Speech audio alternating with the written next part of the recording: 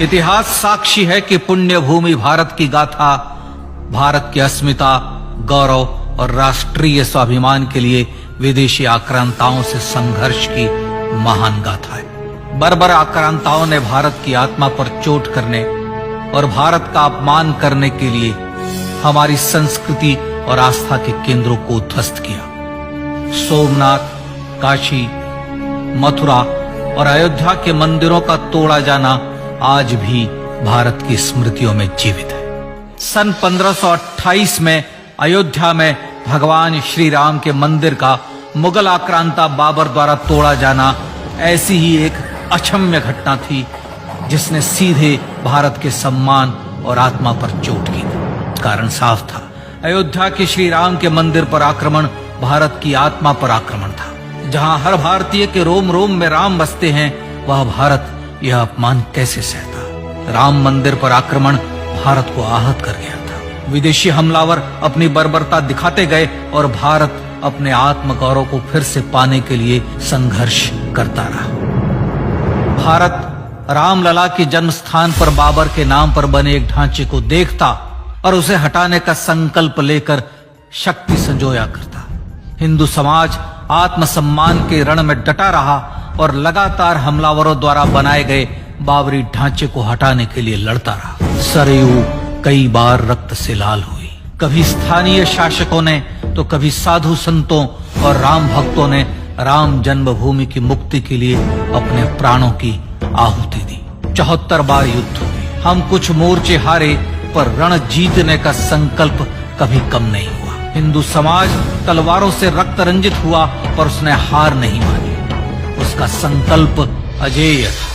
15 अगस्त 1947 को देश की आजादी के साथ सैकड़ों सालों से चले आ रहे इस संघर्ष में नई ऊर्जा और एक नया मोड़ आया। अचानक 23 दिसंबर 1949 को बाबरी ढांचे में श्री राम लला प्रकट हुए। हजारों राम भक्त दर्शन के लिए उमड़ पड़े। तत्कालीन प्रधानमंत्री पंडित जवाहरलाल नेहरू ने उत्तर प्रदेश सरकार को श्री राम लला को विवादित ढांचे से हटाने का आदेश दिया।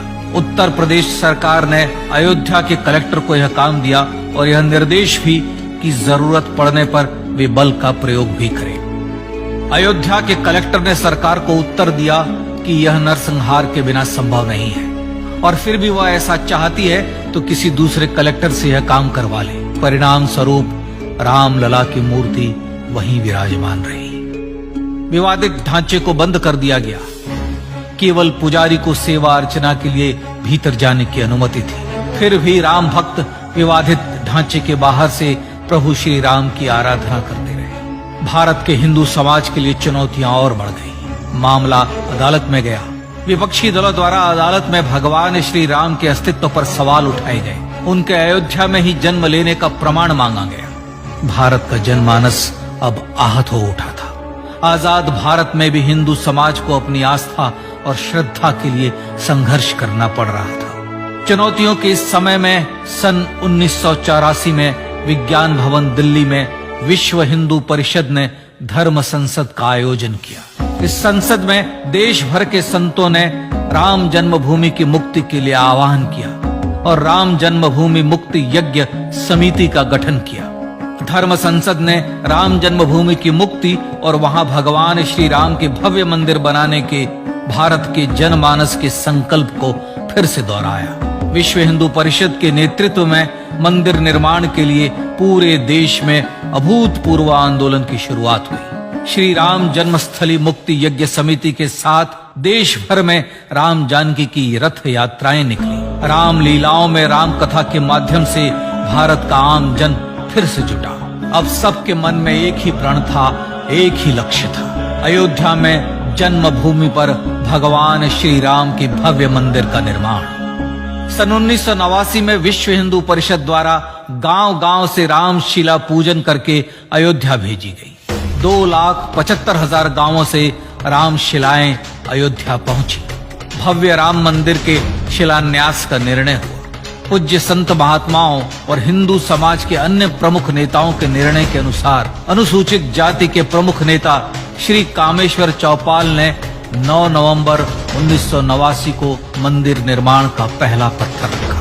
राम जन्मभूमि पर मंदिर निर्माण के लक्ष्य की पूर्ति के लिए सन 1990 में सोमनाथ से अयोध्या के लिए श्री लाल कृष्ण आडवाणी ने रथ यात्रा की शुरुआत की। देश में जन भावनाओं का ज्वार उमड़ने लगा। श्री लाल कृष्ण आडवाणी के रथ यात्रा के साथ साथ मंदिर के लिए जन समर्थन बढ़ने लगा और छद्म सेकुलरवाद बेनकाब होने लगा।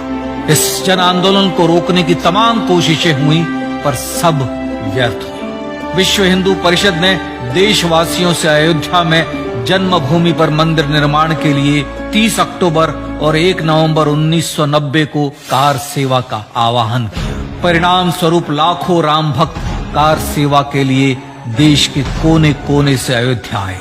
इससे देश की एकात्मता का विराट दर्शन हुआ। कार सेवकों को रोकने के लिए उत्तर प्रदेश के तत्कालीन मुख्यमंत्री श्री मुलायम सिंह यादव ने अयोध्या में परिंदे को भी पर न मारने देने की घोषणा की। स्थितियां गंभीर हो गई। अयोध्या से 100-100, 200 किलोमीटर दूर रेलगाड़ियां रोक दी गई। अयोध्या युद्ध भूमि बना दी गई। मार्ग बंद, रेल बंद, चप्पे चप्पे पर पुलिस। अयोध्या सैनिक छावनी में बदल गई। राम नाम पर ऐसी पाबंदी कि अर्थी ले जा रहे लोगों तक को रोका गया क्योंकि वे राम नाम सत्य कह रहे थे। लेकिन सैकड़ों किलोमीटर की यात्रा कर कार सेवक अयोध्या पहुंचने लगे। राम के गीत गाते, होठों पर हंसी और पांव में छाले लिए राम काज के लिए राम भक्त देश विदेश से अयोध्या पहुंच गए। कार सेवकों पर गोलियां चली। अनेक कार सेवक शहीद हुए।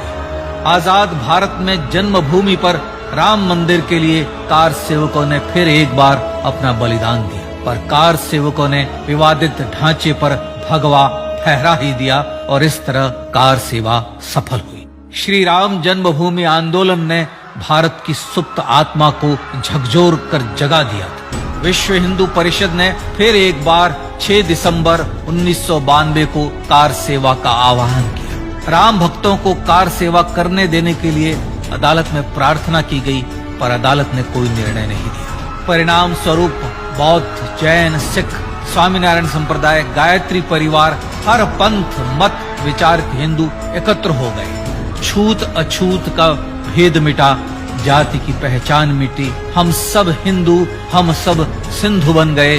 राम सिंधु में ज्वार उठा और देखते ही देखते 6 दिसंबर 1992 को श्री राम जन्मभूमि से बाबरी ढांचा सदा के लिए हट गया।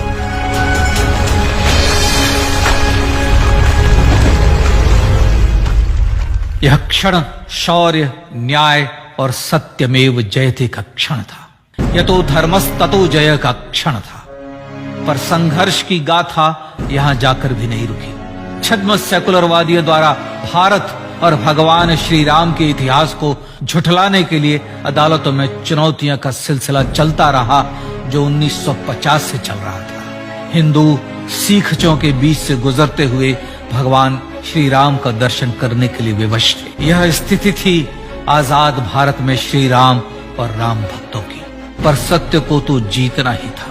आखिरकार देश के सर्वोच्च न्यायालय के 5 जजों की खंडपीठ ने 9 नवंबर 2019 को ऐतिहासिक निर्णय दिया और यह कहा कि अयोध्या जन्मभूमि परिसर की पूरी 67 एकड़ भूमि रामलला की। और न्यायालय ने भारत सरकार को जन्मभूमि पर मंदिर बनाने के लिए एक ट्रस्ट बनाने का आदेश दिया।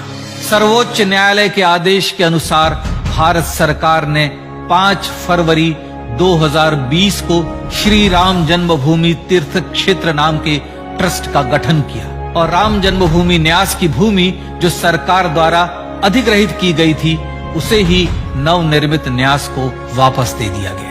5 अगस्त 2020 को भारत के प्रधानमंत्री श्री नरेंद्र मोदी ने श्री राम जन्मभूमि तीर्थ क्षेत्र के अध्यक्ष पूज्य महंत नृत्य गोपाल दास, राष्ट्रीय स्वयंसेवक संघ के पूज्य सरसंघ चालक डॉक्टर मोहन भागवत एवं उत्तर प्रदेश के मुख्यमंत्री श्री योगी आदित्यनाथ की उपस्थिति में श्री राम जन्मभूमि पर भगवान श्री राम के भव्य मंदिर के लिए भूमि पूजन कर निर्माण कार्य का शुभारंभ किया। इस तरह लगभग 500 वर्षों से राम जन्मभूमि की मुक्ति के संघर्ष का पटाक्षेप हुआ।